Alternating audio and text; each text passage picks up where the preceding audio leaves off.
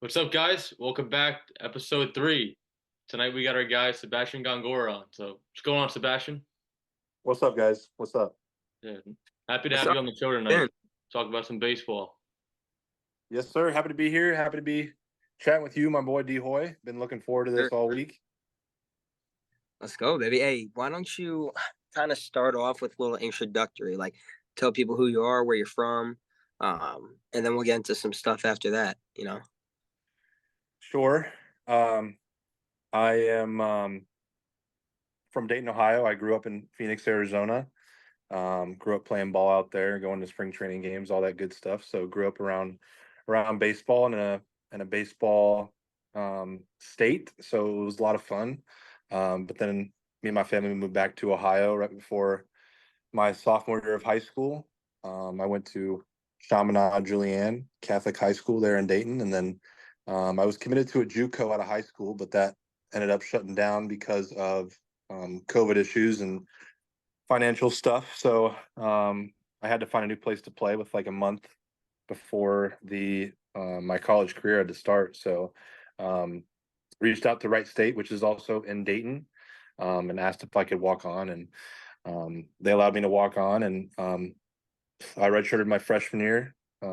Played 2 years there, had a great time, met some great people, learned a lot of things. Then after my junior year, felt like it was time for a little bit of a change, and wanted to get some more development in, and have some more resources around me. So I transferred to Louisville, where I met D Hoy and a bunch of other great friends and buddies.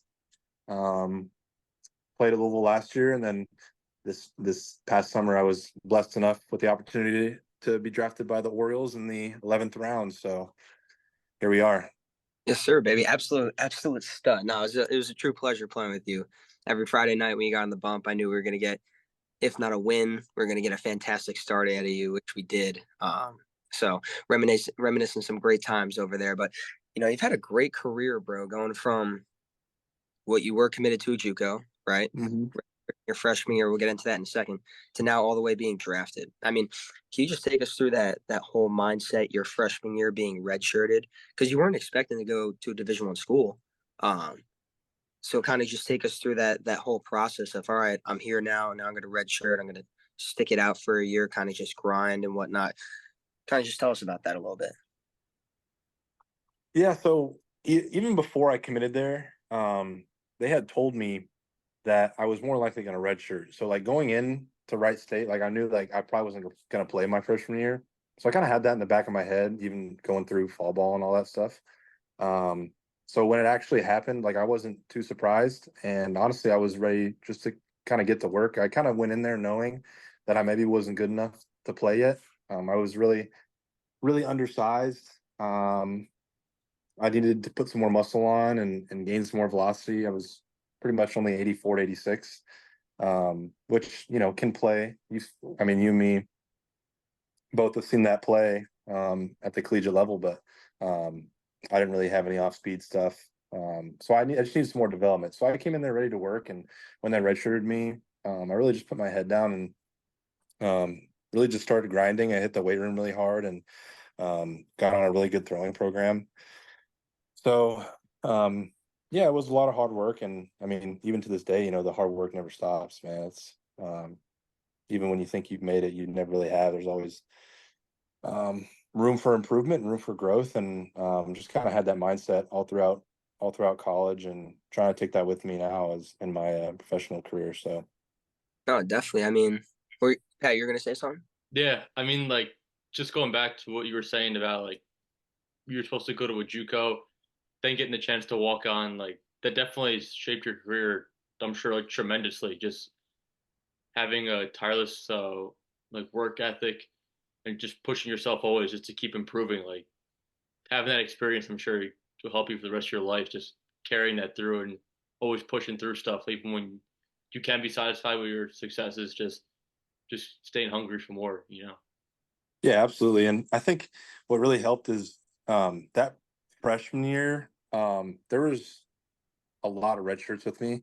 A lot of my freshman class got redshirted, so it was honestly really easy to grind every day. And like we called it breakfast club. We had to get up um, every game day morning at like 6 a.m. And get in the weight room there and go hit the weights hard. And but having those guys around me really made it easy. And just kind of the culture that Wright State has. They're kind of known for being meatheads and being really physical. So I kind of just adopted that mindset, and I've carried it with me.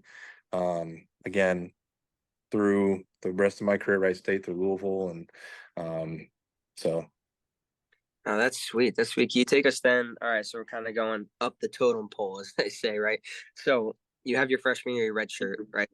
Going into your sophomore year, or red shirt freshman year, they call it, right? You were the Friday night guy then, if correct, right? yeah, Or okay, and then going into your junior year, redshirt sophomore year, you were then pitcher of the year. Kind of take us through that. Like obviously you made a huge jump. Like you said, you worked hard your freshman year to get to that role your sophomore year, then again was working hard to get to be the pitcher of the year. Did you do anything specific to gain velocity, gain weight? Did you like what process did you kind of follow? What did it look like? yeah. It was a little bit of everything. Um, that freshman year, like I said, I was really undersized and took that freshman year to really just put on muscle and get stronger and get faster. So I think I kind of saw progress. And I think the biggest indicator of progress was like how much better my stuff got.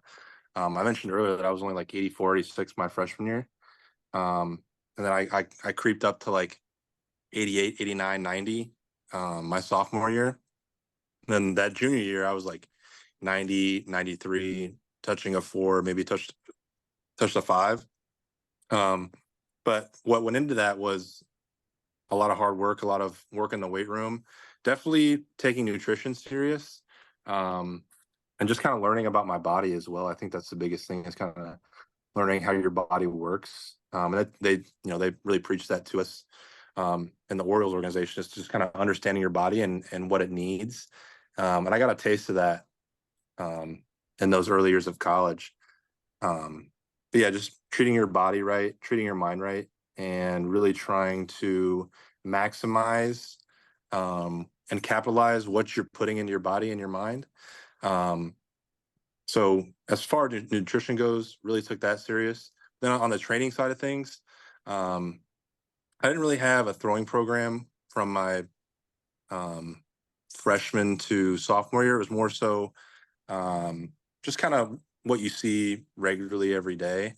Things like plyo balls and maybe some weighted balls mixed in there, which might not seem like a lot, but I wasn't exposed to that at all my senior year of high school. So all that stuff was new to me, and I think it helped me a lot. But then going from my sophomore year to my junior year, that's where we kind of started mixing in long toss and really building up arm strength. And that's honestly when I saw the biggest jump in velocity and arm speed and how I was moving on the mound. Um, so I think that translated really well to the game. Obviously, if you got some velocity, you're going to have a better chance of getting guys out. So yeah, everything kind of went hand in hand into that product. So For sure. And then just going off of that, you win pitcher of the year. How was the experience? Because like as you said before, like you're the guy who had to like work really hard as a red shirt his freshman year. Now all of a sudden you're pitcher of the year and you're in the portal and you're probably getting tons of phone calls and opportunities. How good did that feel? Especially putting in all the hard work, like when you could have easily given up, or like you couldn't have pushed yourself as hard as you did during your freshman year when you had a red shirt. Just talk us through that experience a little bit. yeah, it was definitely really eye opening and really encouraging. Um, I had a lot of fun at Wright State, and I met a lot of good teammates there, and a lot of teammates that I still talk to today. And I love the coaches there. Obviously, they treated me really well. So it was a really hard decision to enter the portal after that year that I won Pitcher of the Year.